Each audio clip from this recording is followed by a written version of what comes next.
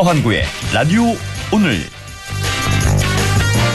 여러분 안녕하십니까, 허환구입니다. 1년 2개월 만에 삼성전자 주가가 7만 전자를 탈환하며 장을 마감했습니다.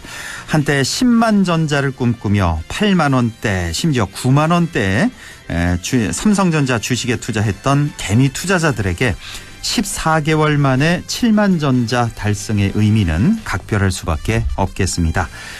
그런데 앞으로도 이렇게 쭉 오르면 참 좋을 텐데요. 상황이 녹록지만은 않습니다. 바로 미중 반도체 전쟁 때문인데요.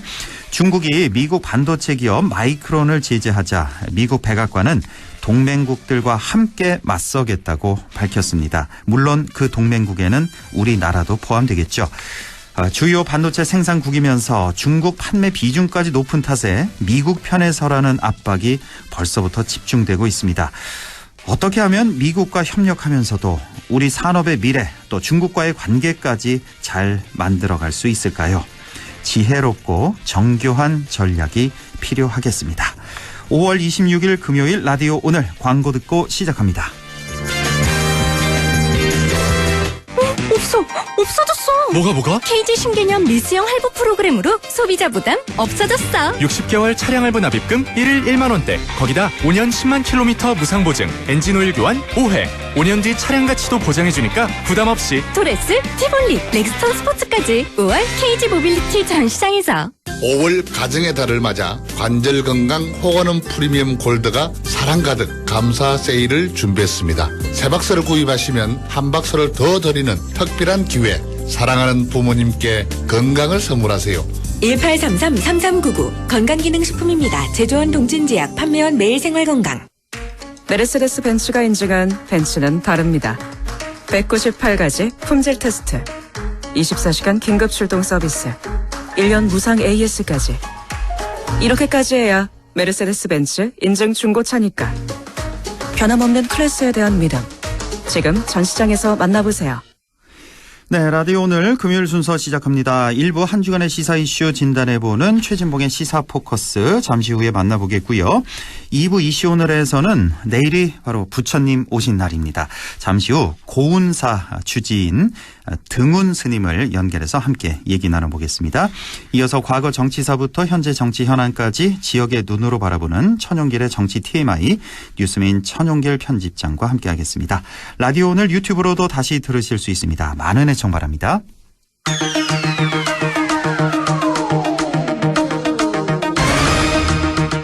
네, 시사포커스 성공회대 최진봉 교수와 함께합니다. 교수님 안녕하십니까?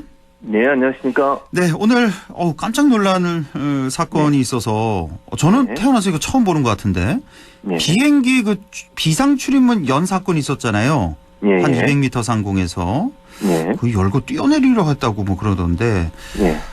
뭐 지금 보니까 뭐 30대 그 남성인데 지금 체포해서 조사 중이라고 하는데 이런 사건 좀 혹시 보셨습니까, 교수님? 아니요, 저도 처음 봤어요. 대단히 위험한 상황이죠. 그게 본인만 위험에 빠뜨리는 게 아니라 항공기 타고 있는 또 항공기 전체에 상당히 큰 위험을 주는 그런 행동이잖아요. 194명이나 타고 있었다는데 승객이. 맞습니다.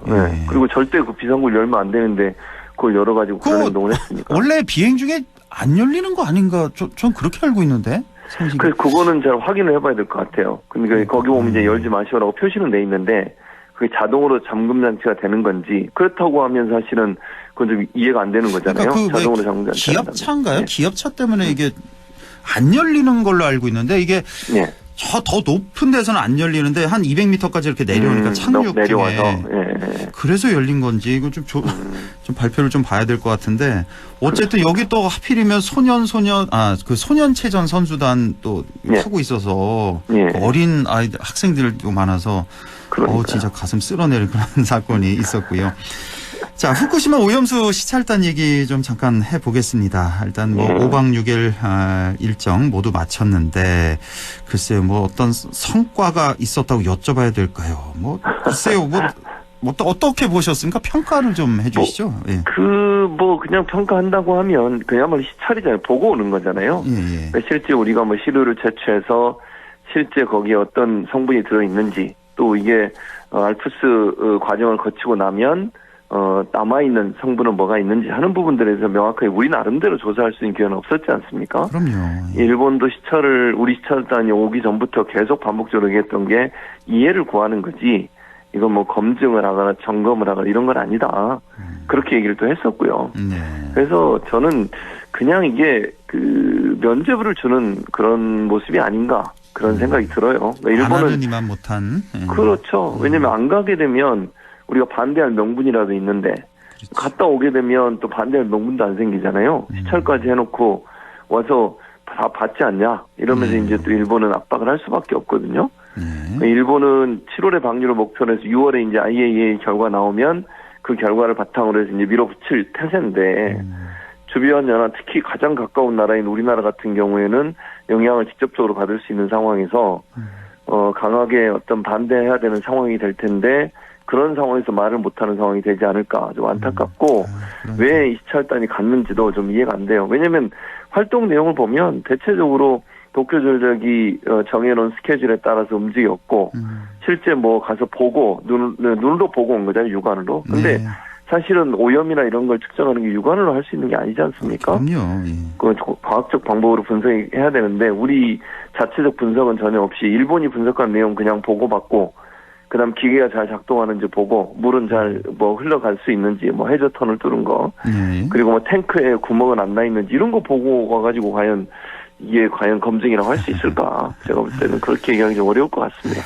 뭐 지금 분위기는 봐서는 그 오염수 투기는 막을 수 없을 것 같고, 일단 뭐 진행이 될 것 같고요. 네.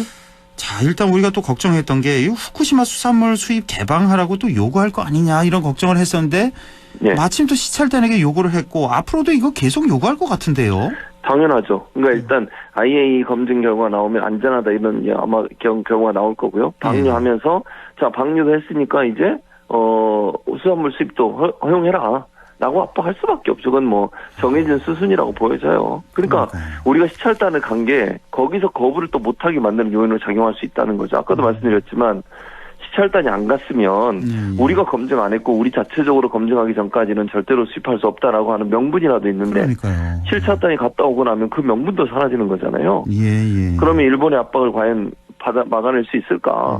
그리고 우리 정부가 2달 전만 해도, 2년이 아니죠. 2달 전만 해도 일본의 후쿠시마 수산물 수입은 없다라고 명확히 선을 그었었어요. 그렇습니다. 예. 그런데 지금의 태도를 보면 뭐 이런 그 수순으로 그야말로 방류도 그냥 묵인하고, 그다음에 두 번째, 그러고 나면 일본의 압박이 더 거세지지 않겠습니까? 그렇습니다. 수산물도 수입하라고 그러면 결국 그것도 막지 못하는 상황까지 가지 않을까, 그런 우려와 걱정이 있는 거죠. 예, 어제도 저희 방송에서 소개를 잠깐 해드렸는데, 그 환경운동연합이 의뢰해서 조사했던, 그러니까 국민 85%가 지금 반대를 하고 있다. 이건 뭐 보수 진보 뭐 가리지 않고 전 세대 전 연령층에서 반대의 여론이 이렇게 높은데, 참 이렇게 가도 되는 건지 참 지금 보겠고, 지금 민주당에서는 또 오염수 방류 반대 서명 운동에도 들어갔다는 그런 소식이 있는데, 어떻게 해서든 뭐 끝까지 우리가 반대 목소리를 좀 냈으면 좋겠는데요.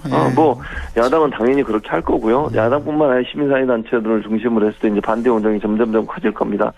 아직 시찰단이 이제 오늘 입국해서 돌아와서 최종 보고를 안 하고 있지 않습니까? 보고서가 나오면 아마 이제 저는 예측건데 안전하다라고 아마 얘기할 것 같아요. 그렇게 될 경우에 이제 국민적 저항과 이제 반발이 심해지지 않을까 이런 생각이 들고요. 그리고 나서 이제 일본에게 면죄부 주는 것에 대한 비판 여론이 커질 겁니다. 뭐 야당이 물론 앞장서 그걸 할 것 같고, 야당뿐만 아니라 저는 일반 시민사회단체들도 나설 거라고 보여지고, 그리고 이제 가장 큰 피해가 예상되는 게 어민들, 그리고 이제 수산물 판매하시는 분들 있지 않습니까? 횟집 어떡합니까? 그런 집들 다 문 닫아야 돼요, 이제는. 그렇습니다.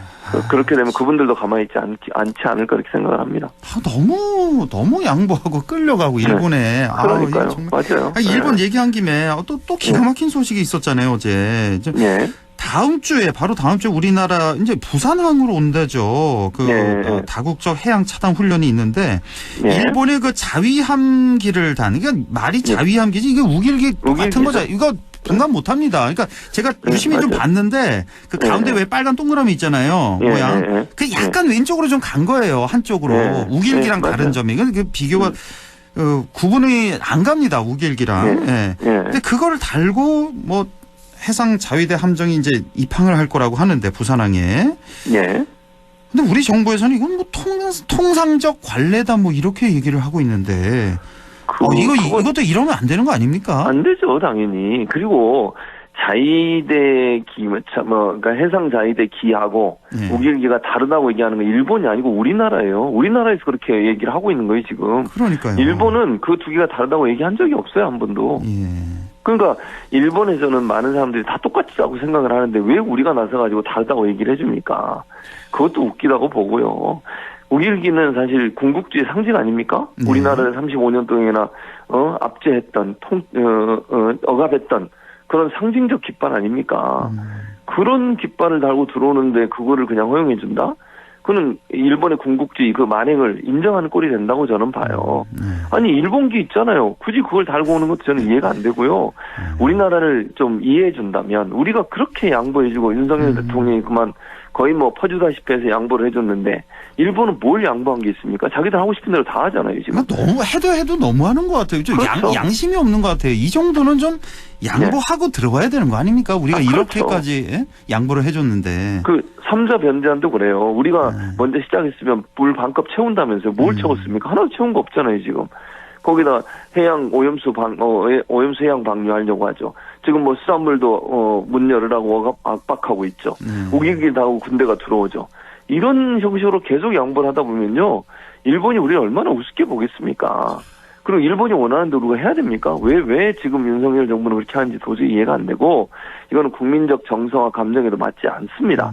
국민들이 얼마나 이걸 황당하게 생각을 하겠습니까? 그런 점들을 좀 이해한다고 하면 이런 태도는 대단히 이해할 수 없는 태도다 이렇게 보여집니다.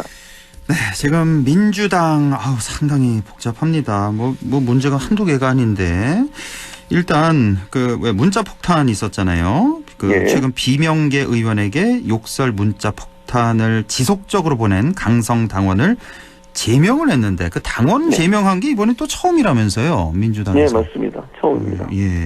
그래서 그 문자 때문에 당원을 제명하거나 당원을 그런 이제 그 품위 유지 이런 부분들이 문제가 돼가 제명한 게 처음이죠, 사실. 예, 그러니까요.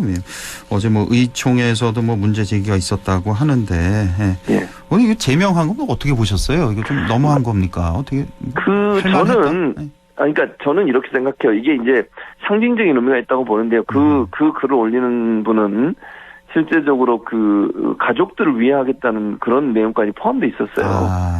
그러니까 그냥 단순히 그냥 뭐 비판하고 이게 아니라 상당히 이제 인신 공격도 있었고 입에 담을 수 없는 그런 말도 있었고 그다음에 그 의원 전회수 의원인데 그 의원의 가족들을 뭐 어떻게 하겠다 이런 얘기까지 막 그랬기 때문에 그거는 이제 불가피하게 그렇게 할 수밖에 없었다고 저는 보고요.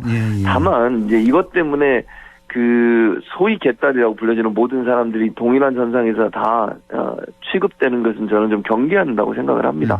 그러니까 당원 입장에서 건전한 비판을 하거나 아니면 본인들이 요구사항들을 의원들에게 문자로 보내면 좀 과격한 말을 하고 예를 들면 인신공격이 아니라요. 어떤 행동에 대해서 이건 잘못됐습니다. 이렇게 하시면 안 되잖아요. 예컨대 뭐 나는 당신을 지지하지 않겠습니다. 이 정도 선의 말을 하는 건 충분히 가능하다고 저는 보거든요. 그러니까 다만 인신공격, 욕설 이런 게 들어가는 것은 일정 부분 좀 제재를 해야 된다고 생각해요. 왜냐하면 그것은 원래 목적과 다르게 도리어 그 본인의 의사를 전달하는 것보다는 그 상대방에게 상당히 큰 상처를 줄 수 있는 거거든요. 그래서 그런 부분들은 좀 제재를 해야 한다고 봅니다. 이건 뭐 거의 범죄 수준이군요. 뭐 가족 협박, 뭐 살해 협박까지 했다는 거. 그런 얘기까지 들어있어서. 조금 전에 그 속보가 들어온 게 있는데 그 검찰에서 밝혔네요. 그 민주당 돈봉투 현역 의원 20명에게 전달했다 이렇게 딱 발표를 했습니다.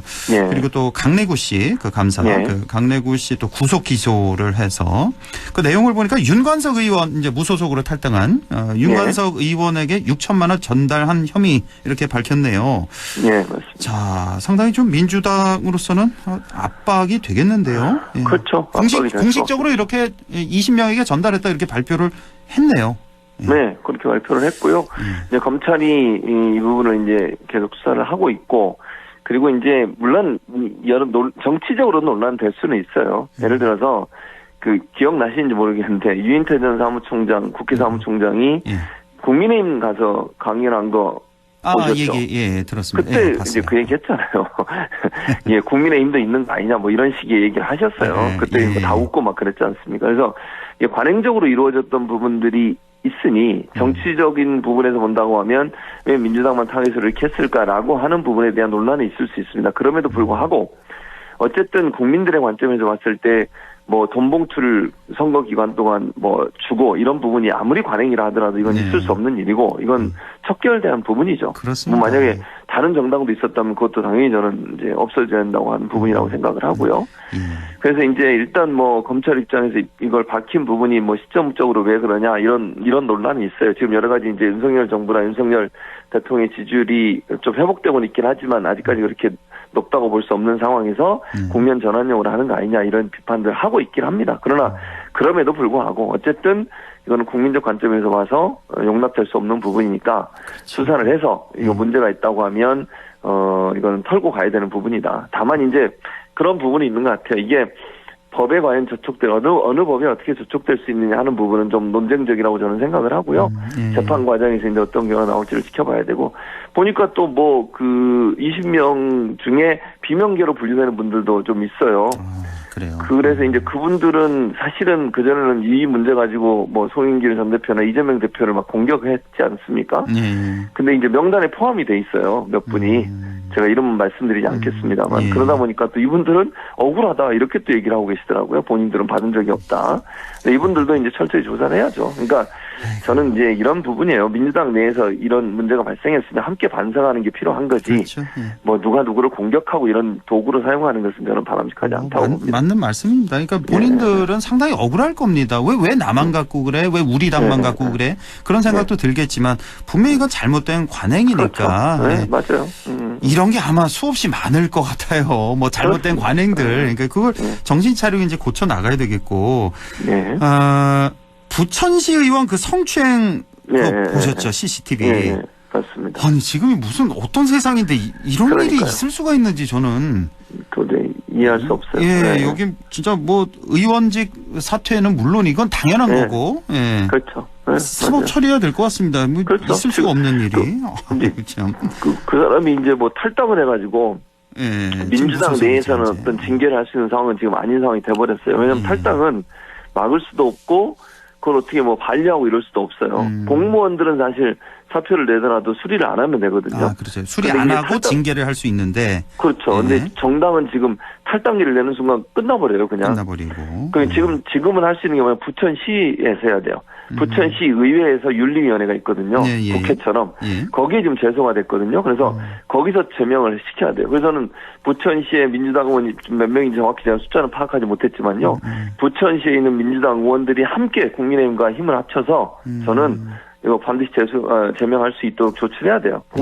민주당이 만약에 같은 당 출신이라고 해서 지금은 무소속이 됐지만 그 온종주의로 가면 저는 안 된다고 보고요. 그럼요. 당연하죠. 네, 이거 국민들의 시선에 봐서 도저히 있을 수 없는 일이에요. 이런 부분들이 그냥 위험에 넘어가지 않도록 부천시 의회가 제대로 된 판단을 해야 될 것으로 생각을 합니다. 이제 짧게만 한 1분 정도 남았어요. 최근에 정부 여당에서 자꾸 집회를 좀 제한하는 그런 방안 추진하고 있습니다. 그러니까 뭐 밤 12시부터 6시까지 집회를 제한한다든지 뭐 불법 전력이 있는 단체 집회를 제한할 수도 있다고 얘기를 하고 자꾸 이런 쪽으로 가고 있는데 이거는 좀 잘못된 방향 아닐까 싶어요. 당연히 잘못됐죠. 전 대단히 위험한 발상이에요.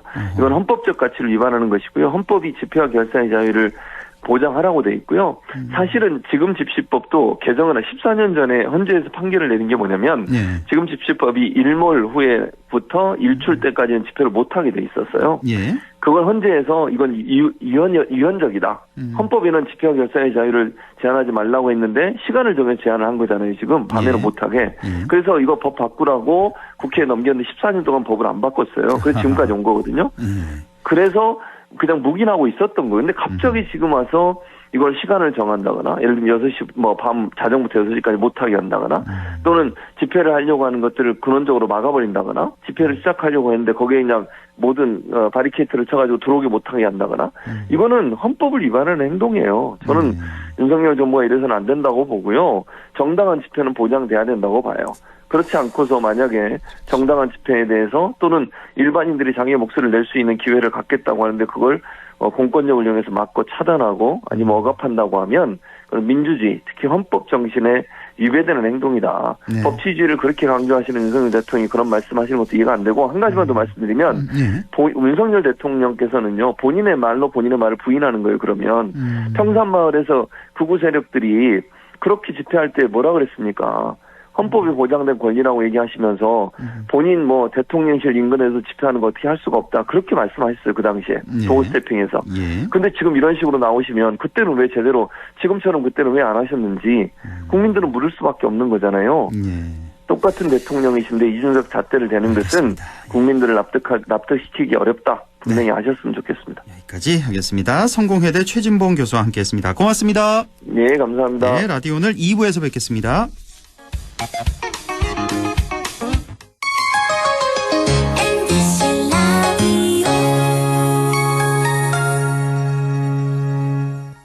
가구 살 땐 꼭 한번 가보자.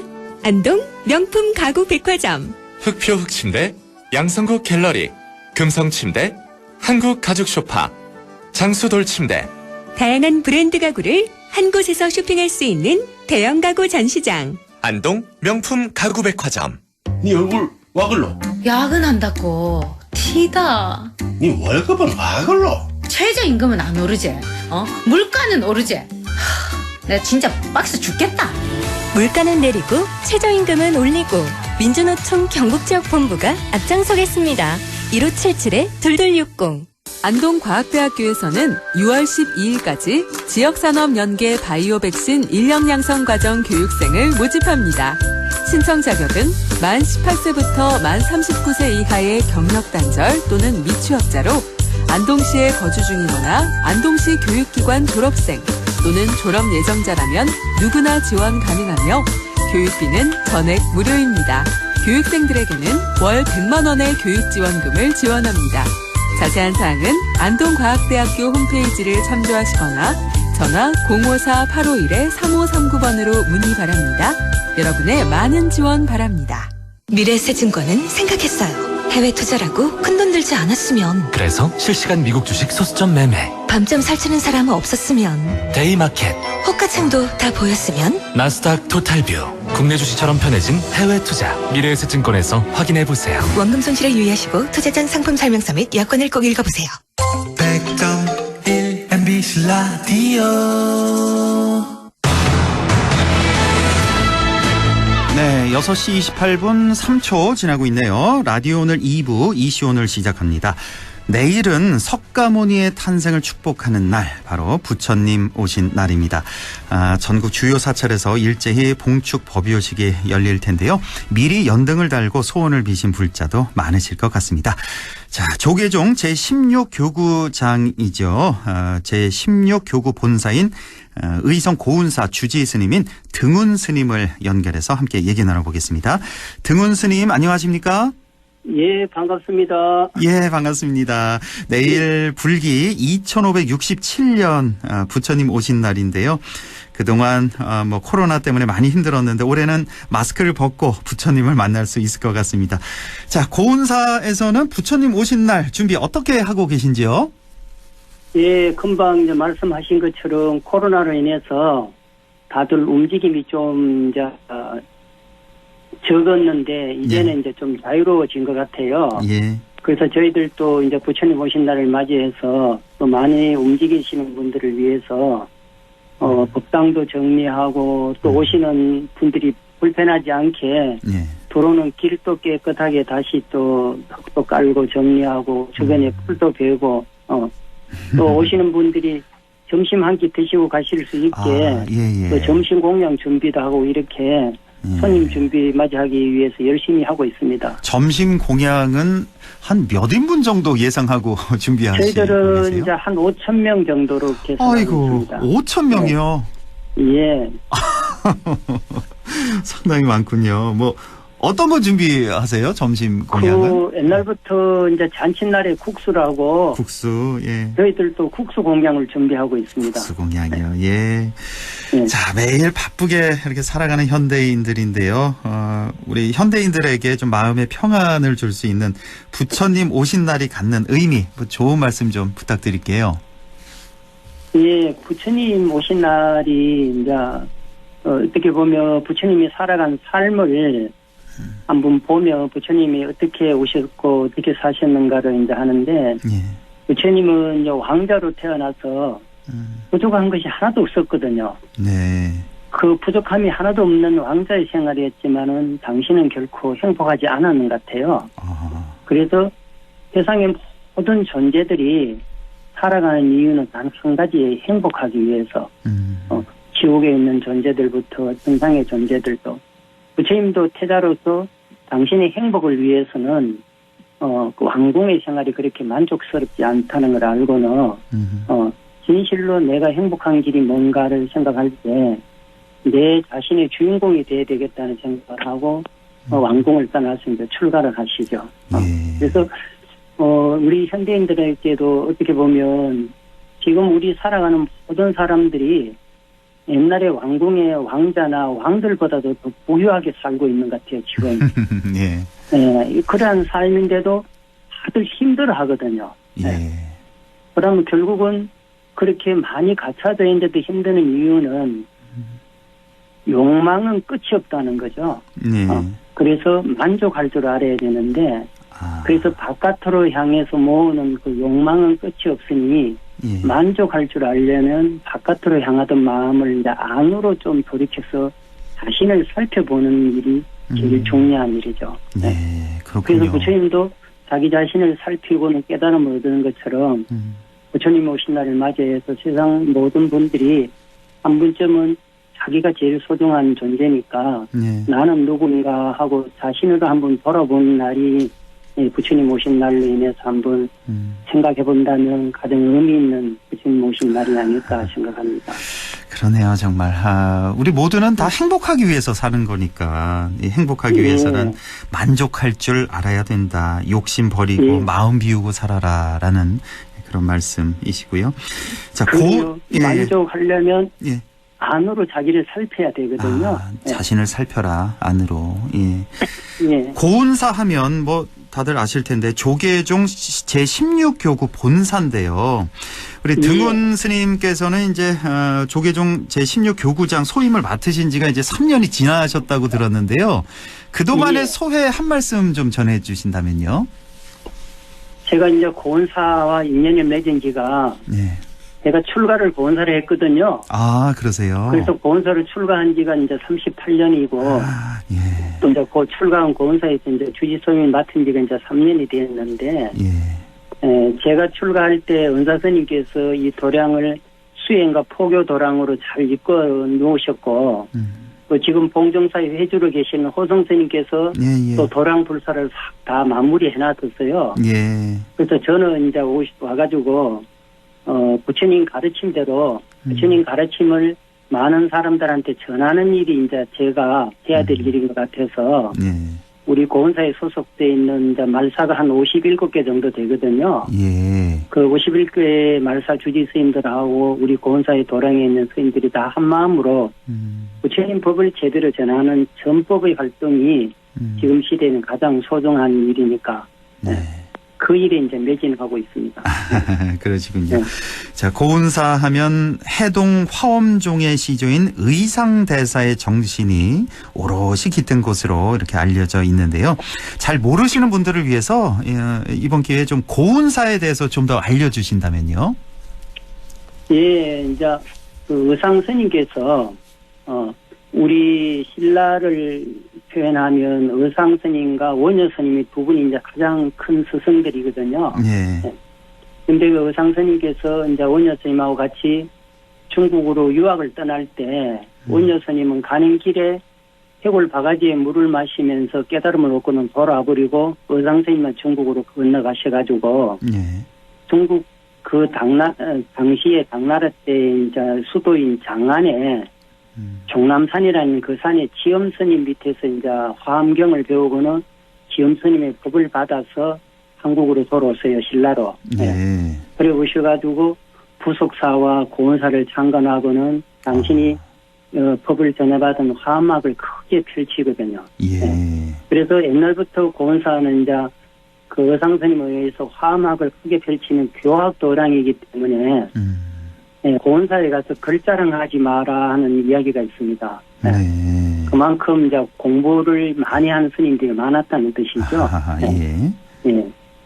그래서 이 고원사는 이제 신라 시대 때부터 그런 전통을 갖고 있는 공부하고 수행하는 도량입니다. 그렇군요. 예. 자, 고운사 경내에는 또 유명한 게 바로 보물로 지정된 연수전과 명부전이 있잖아요. 이 연수전, 명부전은 그 의미가 아주 또 특별한 곳이라고요. 그래요. 고운사에는 이제 연수전이 보물로 지정이 돼 있고, 또 약사전에 이제 신라 통일시사실에 부처님이 이제 보물로 지정이 돼 있고, 또 많은 사람들의 이야기가 죽어서 졌다면 고운사 명부전 다녀왔느냐 하는 이야기가 있을 정도로 고운사는 명부전이 이제 그런 기도 도량으로 또 유명하거든요. 아, 그렇습니까? 예. 그런 유명한데 이제 연수전이라는 거는 요즘으로 말하면 국가의 원로급 되시는 분들이 모인 모임을 옛날에는 이제 기로소로 했다 그래요. 기로소. 예. 그래서 영조와 고조, 또 숙종 이런 태조 이런 네 분의 왕들이 그 기로소에 들어가서 그 모임을 가졌다 그래요. 예. 그래서 그분들을 위하는 이제 지어놓은 건물이 연수전입니다. 아, 예. 그래서 그분들의 어첩이라든가 자료들을 이제 보관하고 이렇게 이제 그분들을 기리는 뜻에서 고운사 안에 왕실의 건물이 있었죠. 네. 아, 왕실의 건물 그리고 연수전. 명부전은 이제 금방 말씀드리신 것처럼 저승이가 뭐 고운사 다녀왔냐 할 정도로 이제 명부전이 유명한데 명부전이 모셔둔 보살님이 지장보살님이거든요. 지장보살님. 예. 예. 근데 이 지장보살님은 깨닫기 직전의 단계를 이제 우리가 보살이라고 표현하는데, 예. 지장보살님은 지옥에 있는 고통받는 중생들이 수없이 많은데, 저들을 두고 내가 깨달음을 이룰 수 없다. 내가 저들을 지옥에 있는 중생들을 다 제도해서 지옥이 텅 비었을 때 내가 마지막으로 깨달음을 얻겠다는 그런 자비로운 보살님이에요. 예. 그래서 모든 지옥 중생들을 제도하고자 애쓰는 그런 분인데 그분을 모시는 기도 도량이죠. 명부전이. 예. 그렇군요. 그래서 고운사 기도 도량이 옛날부터 제일 유명한 기도 도량입니다. 알겠습니다.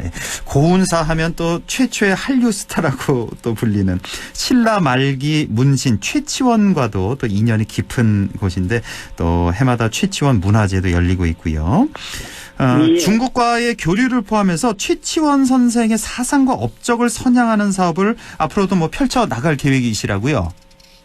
그래요. 최치원 선생님의 그 사상을 요즘 젊은이들한테는 제일 좋은 교훈이 될 수 있는 것 같아서 저희들이 이제 최치원 문학관을 건립하고 최치원 문화재라든가 최치원 사상을 널리 젊은 사람들한테 전해서 젊은 사람들이 좋은 의식의 구조를 갖고 이 나라에 훌륭한 재량이 되었으면 하는 마음에서 이제 하고 있습니다. 최치원 선생님께서는 이제 신라 시대 때 골품 제도의 어떤 한계 때문에 그 자기가 갖고 있는 능력을 발휘를 못했거든요. 그래서 최치원 선생은 육두품 출신이라 합니다. 그래서 아버지도 뛰어나지만은 육두품의 한계를 벗어날 수 없어서 아들한테는 여기서는 희망이 없으니 중국으로 가서 10년 안에 당나라에 가서 과거 급제를 못하면 너는 내 아들이 아니다 하고 중국으로 12살에 보낸답니다. 배를 홀로 배를 채워서. 그때 보낼 때 아버지가 아들한테 하는 말이 임백기첨이라는 이야기를 해요. 예, 어떤 말이요? 남이 백을 노력할 때 너는 천의 노력을 해라. 그래서 최치원이 아버지의 그런 간절한 뜻에 의해서 중국에 가서 10년이 아니라 6년 만에 과거 급제를 했고요. 어이구, 그 어린 나이에요. 아, 예, 그렇게 하면서 중국에서 이제 굉장히 이제 대접받는 관리가 되죠. 네. 그럴 때 이제 회남절도사라고 하시는 고변의 휘하에 들어가 있을 때 중국 지방 세력이 이제 황소가 난을 일으켜서 나라든지 왕실이 이제 힘이 들 때 그 고변 밑에 휘하에 있으면서 고변이 그 황소를 토벌하는 이제 임무를 맡으니까 최치원이 그 황소를 꾸지람하는 글을 적어요. 격황소서라고. 근데 그 글을 보고는 황소가 벌벌 떨면서 의자에서 떨어졌다 그래요. 네, 그만큼 최치원 선생님께서 글을 잘 지었던 모양이라요. 아, 예. 네, 그래서 중국에서도 많은 문인들 속에서도 최치원의 글이 그렇게 스스로 돌려보고 인정받을 수 있다고 하죠. 그렇지만은 신라를 개혁을 해야 되겠다는 마음에서 이제 29살에 귀국한다 그래요. 네. 그래서 각 나라의 관리 임용 제도라든가 어떻게 나라를 잘 다스리는 그런 제도를 흥강왕에게 계엄필경이라는 글을 적어가지고 올렸는데도 그 골품 제도의 그 속에서 그게 받아들여지지 않으니까 그것을 이제 도저히 이 신분의 관계는 어떻게 할 수 없다 하고 이제 그다음에 관리를 떠나가지고 전국으로 유람한 거죠. 네. 그때 이제 우리가 살아가면서 중요한 것은 대화가 소통이잖아요. 예. 그래서 최치원 선생님이 대화할 수 있는 비슷한 수준에 있는 사람들이 당시의 스님들이 될 수 있기 때문에 그래서 최치원이 유람할 때 흔적이 대부분 사찰로 있습니다. 그래서 이 공사에 와서도 이제 그때 있었던 여지 여사 두 스님하고 같이 불사를 가온 우화도란 불사를 하면서 여기에 머무른 기억이 있어요. 예. 그래서 고은사가 어떻게 보면 최치원 선생한테 가장 큰 배려를 해준 것 같아요. 원래 고은사는 노폴고자 구름문자거든요. 근데 그 최치원 선생을 배려해가지고 노폴고자를 외로울 고자로 바꿔줬어요. 아하. 그래서 지금 고은사가 외로울 고자 외로울 고의 구름문자. 예, 알겠습니다. 저를 이름을 바꿀 만큼 배려를 해준 거죠. 예. 자, 스님, 그 시간이 좀 많이 지나서요. 마지막으로 우리 저 청취자들에게 전하고 싶은 메시지 좀 간략하게 좀 부탁드리겠습니다. 예. 부처님 오신 날을 맞이해서 모든 분들이 이제 행복해지기를 바라는 게 부처님의 마음인데 우리가 물질적으로는 여유가 있지만은 정신적으로는 더 각박해져가는 이 세상에서 부처님 오신 날을 맞이해서 많은 사람들이 안으로 자기를 좀 살펴보면 늘 고요하고 평안함을 유지할 수 있는 힘이 있으면 그게 살아가는데 가장 평화롭고 행복한 삶이 아닌가 싶어요. 그렇게 모든 이들이 한 번쯤은 안으로 살아가는 나는 누구인가 하고 안으로 한번 살펴볼 수 있는 기회가 된다면 부처님 오신 날이 가장 의미 있는 날인 것 같습니다. 예, 알겠습니다. 오늘 너무 소중한 말씀 잘 들었고요. 만족할 줄 알고 살아라. 나를 돌아보라는 말씀 꼭 마음에 새기고 살겠습니다. 오늘 말씀 잘 들었습니다. 고맙습니다. 예, 감사합니다. 예, 감사합니다. 지금까지 의성 고운사 등운 주지 스님이었습니다. 네, 정치 TMI 시작합니다. 오늘도 뉴스민 천용길 편집장과 함께합니다. 안녕하십니까? 네, 안녕하십니까? 예, 우리 등운 스님 말씀 너무 귀한 말씀을 주셔가지고 시간이 좀 많이 지났네요. 좀 빨리 가보도록 하겠습니다. 오늘 정치 TMI 주제는요? 네, 오늘 발표가 났습니다. 예천 국민보도연맹 및 예비검속 사건에 대한 진실 규명 결정이 나왔거든요. 이 한국전쟁 전후에서 민간인 희생자들에 대한 진실 규명을 하고 있는 진실 화해를 위한 과거사 정리위원회를 통해서 이 과거사와 정치를 주제로 한번 준비해봤는데요. 특히 대구 경북 지역이 이번에 진실화해위원회 신청 사건이 지역 가운데에서는 한국전쟁 전후 민간인 희생자 사건은 가장 많은 지역이라서 이 소식 한번 준비해봤습니다. 그렇습니까? 우리 대구 경북 지역이 가장 많군요, 전국에서. 네. 예. 자, 우선 이게 좀 깁니다. 예천 국민보도연맹 예비 검속 사건. 저도 이 사건 잘 모르거든요. 이게 어떤 사건입니까? 네, 간단하게 좀 정리를 해드리겠습니다. 국민보도연맹이라고 하면 한국전쟁 직전에 우리가 대한민국 정부 수립하고 나서 이 기존에 자익활동을 했던 사람을 대상으로 국민보도연맹이라고 하는 단체를 만들어서 이 가입을 시킨 겁니다. 예. 이제는 자익활동을 하지 않겠다라고 하는 이 용도로 이 단체를 만들었는데 이게 한국전쟁이 일어나고 나서는 오히려 이 민간인 희생자가 많이 나오게 됐습니다. 6월 말에서 7월 경이었습니다. 1950년에 경북 예천 지역 주민들 중에 10명이 이 국민보도연맹원이었다는 이유로 나중에 인민군이 내려오면 협조할 가능성이 높다면서 이들을 구금해서 바로 경찰과 국군이 집단적으로 살해한 사건입니다. 아이고, 이 10명을요? 주민 10명? 그렇습니다. 예. 대부분 민간인들이었고 농업에 종사하던 이 당시 기준으로 20대와 30대였었는데 이번 조사 과정에서 1960년도에 있었던 양민학살 사건 진상조사 특별위원회의 이 보고서 내용을 확인해서 진실규명 결정을 하게 된 겁니다. 그렇군요. 자, 이렇게 진실규명 결정이 나오면 어떤 조치가 있게 되는 겁니까? 네, 앞서 말씀드렸던 부분 중에 우리 국군과 경찰에 의해서 희생되었다라고 전해드렸는데요. 이게 국가가 이 무고한 민간인을 학살한 사건이기 때문에 이 국가와 이 해당 지방자치단체죠 예천군이 희생자와 유족들에게 공식적으로 사과를 해야 됩니다. 네, 그리고는 희생자와 유족들에게 이 가해 주체인 군대와 경찰이 사과한 이후에는 유족들이 원하는 추모 사업 등을 지원하도록 권고한다라고 하는 결정이 내려지게 됩니다. 아, 그렇군요. 그러니까 국가, 지방자치단체, 그러니까 여기는 예천이 되겠고, 군, 경찰 모두 유족들에게 구체적이고 진정성 있는 사과를 해야 되고 또 지원 사업도 앞으로 해야 된다는 것. 자, 그런데 아까 4대 국회 양민 학살 사건 진상조사 특별위원회 자료로 확인을 했다고 했는데 예전에도 왜 과거사 정리 기관이 좀 몇 개 있지 않았나요? 좀 기억이 나는데요. 맞습니다. 바로 오늘 주제와 관련이 깊은데요. 이 과거사를 한마디로 표현하면 정치의 최전선이자 사회적인 대화의 출발점이다라고 말씀드리고 싶습니다. 이 4대 국회가 양민학살 조사 특위가 결성된 이유가 1960년 4.19 혁명의 결과였거든요. 그러다가 이 활동이 중단된 것은 또 5.16 군사 쿠데타 때문이었습니다. 만약에 1960년에 이 조사가 마무리가 됐더라면 희생자들에 대한 진상규명과 또 이에 대한 배상이나 보상이 좀 쉽게 이루어질 수 있었을 텐데 그러지 못했습니다. 그리고 더 거슬러 올라가면 우리 해방 직후에 반민특위라고 부르죠.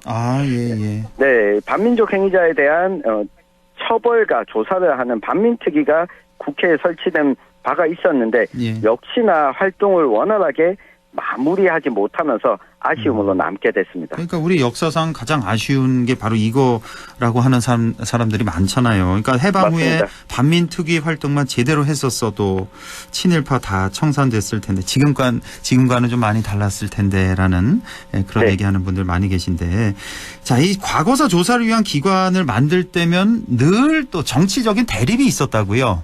네, 앞서 우리 살펴본 것처럼 양민학살 조사 특위도 쿠데타가 일어나고는 활동을 하지 못하게 됐고요. 이 반민특위 역시 이 반민특위 위원으로 활동하던 국회의원들이 오히려 이 탄압을 받기도 했습니다.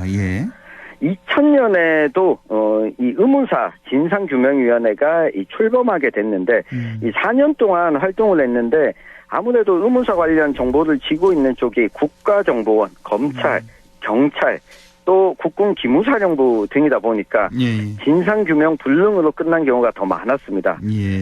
결국 이 활동을 연장하는 것이 당시 정치 상황이죠. 국회 상황에 따라서 연장을 하느냐 아니면 중단되느냐 좀 결정되기도 했었거든요. 2005년에 결성했던 진실화해를 위한 과거사 정리위원회 역시 이 우여곡절 끝에 출범을 했는데 5년 동안 활동하면서 진실규명한 건수가 약 8,400여 건 정도 됐거든요. 예. 그렇지만 아직도 뭐 추가적으로 활동을 더 할 수 있었음에도 불구하고 이 과거사를 정리하는 기간이 정권 교체기에 있다 보니까 연장을 요구할 수 있었음에도 불구하고 2년까지 연장하지 않고 2개월 활동을 연장하는 걸로 종료를 하면서 결국 이 진실 규명을 받은 사람과 그렇지 못한 사람으로 나눠지는 안타까운 상황이 벌어지기도 했습니다. 정권이 바뀌면서 이렇게 되는 거였군요. 최근에도 사건 조사 여부를 두고 갈등이 있었다고요? 네, 2020년이었습니다. 2기 진실하위원회가 출범을 하면서 이 진실 규명 사건을 신청받고 또 조사가 시작됐는데요. 예. 어제 열렸던 기자간담회 자리에서 발표가 됐는데 베트남전의 민간인 학살 사건 신청이 들어왔는데 각하가 됐습니다. 예, 진실 규명 대상이 안 된다라고 또 판단을 하면서 이게 왜 이런가 보니까 이게 그거죠. 왜 베트남전 우리가 참전할 때 베트남 민간인을 우리 군인들이 학살했던 사건 그거 맞습니다. 말하는 거죠? 네. 이게 이 과거사 정리위원회는 위원회 구조다 보니까 이 위원들이 표결을 하게 됩니다. 예. 그런데 4대3으로 각하 결정이 나왔거든요. 이건 역시 이 대통령이나 이 정부 여당에서 임명하는 위원이기 때문에 이 정권이 어떻게 바뀌냐에 따라서 이거는 진실규명 대상으로 보고 안 보기도 하고 이런 상황이 좀 반복되다 보니까 우리 과거사를 반성하려면 우리 군이 해외에 나가서 했던 활동도 좀 반성할 수 있어야 된다. 그래야 일본에 대해서도 우리가 제대로 된 사과를 요구할 수 있지 않냐 이런 여론이 있었는데 맞습니다. 아쉬운 결정이 나오게 됐습니다. 그렇군요. 예. 네. 그러니까 일본에 우리가 뭐 그렇게 계속 요구하는 그 과거사 인정 사과 우리 똑같은 거거든요. 베트남에 우리도 인정을 하고 사과할 필요가 분명히 있어 보이는데요. 예. 자, 이 과거사를 대하는 정치 뭐 앞으로 어떤 자세를 가져야 될까요? 네, 제가 앞서 소개해드렸던 내용들 보면 다 정치적 격변기에 제대로 과거사 조사가 이루어지지 못하고 또 정권 교체 시기마다 활동이 좀 지지부진해지는 상황이 있었거든요. 지금 법적인 독립기구임에도 불구하고 임명 과정이나 활동 과정에 있어서 정치의 영향을 매우 많이 받습니다. 그렇습니다. 적어도 지나간 과거에 대해서는 그 가해자가 누구이든 간에 우리가 좀 반성하고 품어주는 자세를 정치권에서 좀 먼저 보여주는 것이 필요하지 않을까 싶습니다. 그렇습니다. 예. 아이고, 그러지 않아도 뭐 김광동 위원장 요즘 하도 뭐 말이 많은데 이 얘기는 뭐 다음 기회에 하는 걸로 하겠습니다. 자, 오늘 얘기 여기까지만 듣겠습니다. 뉴스민 천용길 편집장과 함께했습니다. 고맙습니다. 감사합니다.